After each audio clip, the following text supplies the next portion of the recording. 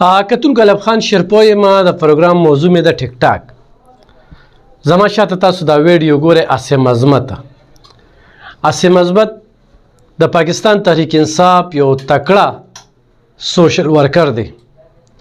پاکستان تحریک انصاف دپاره د ده ډېر زیات خدمات دي، خو ورسره د ټیک ټاک خلاف اواز اوچتولو کې د ده یو ډېر مهم رول دی. تر دې چې دی پکې های کورټ ته هم تللی و او های کورټ بیا فیصله راغله چې په ټیک ټاک باندې پابندي ولګېدل او ډېر فحش ویډیو چې کومه ده دا په ټیک ټاک باندې مخې ته نه راځي. د دې نه علاوه د پښتونخوا په مختلفو ضلعو کې دوی احتجاجونه وکړل او په مردان کې د دوی احتجاج کې خصوصي موږ ګډون کړو. د 400 نه موږ مردان ته تلو او د عاصم عظمت دغه ستړی چې کوم دی هغه موږ مخې ته وروړی وي او موږ یې د ملګرتیا مخکې اعلان کړي، د اوس یې اعلان کوو. تېره ورځ کتونکو تاسو به کتلی وي چې د ریاست مدینه سرغونه یعنی لیډر چې د ریاست مدینه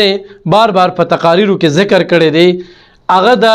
ټیک ټاکرو سره یو ملاقات کړی دی او هغوی له مهمې مشورې هم ورکړي دي او ورسره چې کوم دی نو ټیک ټاکرو ورته هم یقین دهاني ورکړې ده چې په ټیک ټاک باندې چونکې دا ټول حکومت د دوی چې کوم دی د صوبایي حکومت هم په ټیک ټاک باندې چلیږي او دا مرکزي حکومت چې کله د پاکستان تحریک انصاف و نو په ټیک ټاک باندې به یو منصوبه چې کوم ده انون شوه او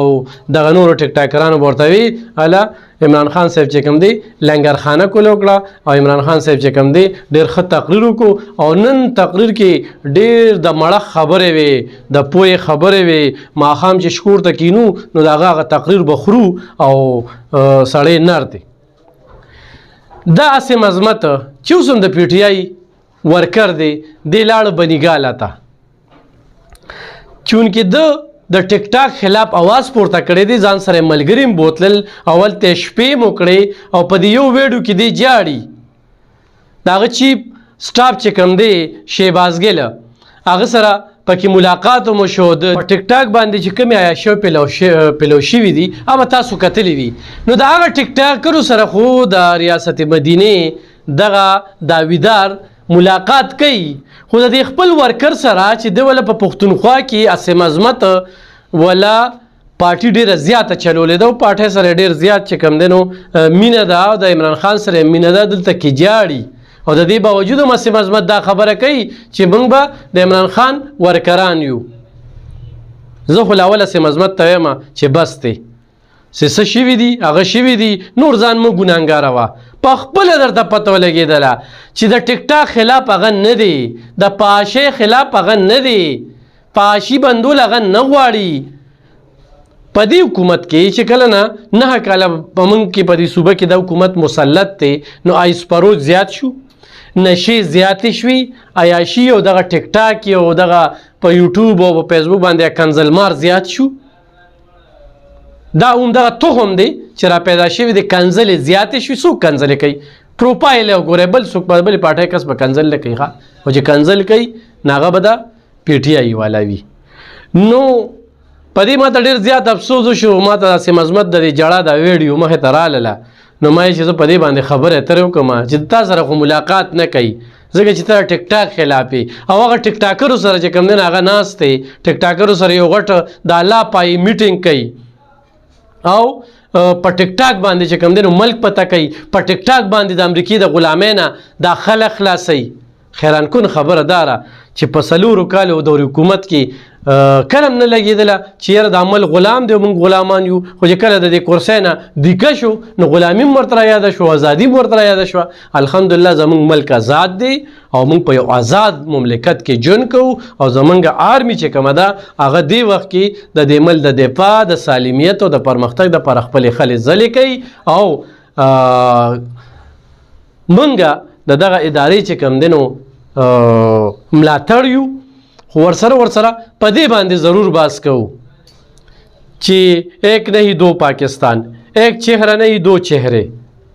یو خواته کومه چهره ده بل خواته کومه چهره ده. د تقریر د وړاندې کمې خبرې دي او تقریر نه پس چې کوم دی نو کمې خبرې دي، کم سوچ دی.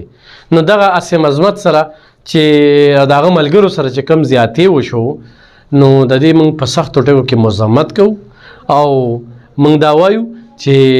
دا د ریاست مدینه خبره همدغه ده چې اسلامي ټچ ورکه اسلامي ټچ هغه سپیکر ورته وایي که نه خلک شابه خودي خو درنه کېږي د خلکو ذهن غورې وټ کېږي اسلامي ټچ ورکه د مولا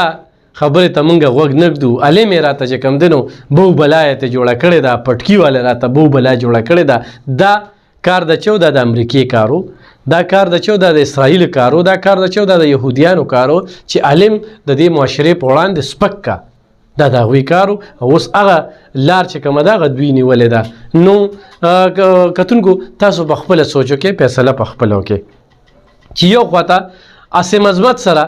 ملاقات نه کوي بل خوا ټیک ټاکرانو سره ملاقات کوي د ټیک ټاک منګه خلاف یو په ټیک ټاک باندې تاسو ګوره